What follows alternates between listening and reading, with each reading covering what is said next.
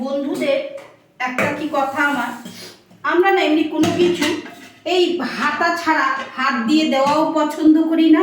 এই যে হাত দিয়ে এরকম করে দিয়ে দিলাম, আমরা পছন্দ করি না। এই দেখো বেগুন শাখাটা আমি মাখবো, এই দেখো একটু দেখে নিচ্ছি পোকা আছে কিনা। এই যে বেগুন শাখাটা আমি মাখবো না বন্ধুরা, দাঁড়া দেখে নি সবটা পুরোটা। এই যে এইরকমভাবে এই যে এইটা দিয়েই আমি মাখবো, এই খুন্তিটা দিয়েই। আমরা কেউ এরম করে চটকে মাখাটা কেউ পছন্দ করি না, ভালো লাগে না। এটা আমার মায়ের থেকে শেখা। আমার মা কোনো দিন কাউ মাখা খেতেও ভালোবাসতো না, আর নিজেও চটকে কাউকে দিত না।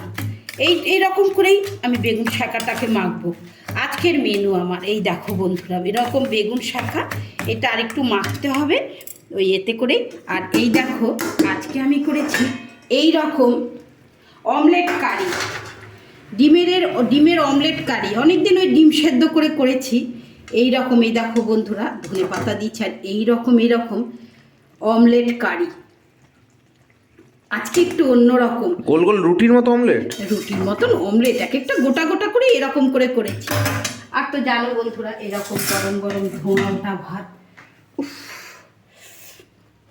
ভাত পোড়া বেগুন, হ্যাঁ বেগুন পোড়া আর ডিমের অমলেট করা তরকারি। আজকে একদম সিম্পল মানে খুবই কম রান্না করেছি। এইটাই আজকে আমার হয়ে যাবে। এই যে শীতকালের বেগুন পোড়া দিয়েই ভাত উঠে যায় বন্ধুরা। এই দেখো আমার বেগুন শাখা মাখা হয়ে গেল, হাতও পড়লো না। এইবার আমি চামচে করে তুলে দিয়ে দেবো, দিয়ে খাবো।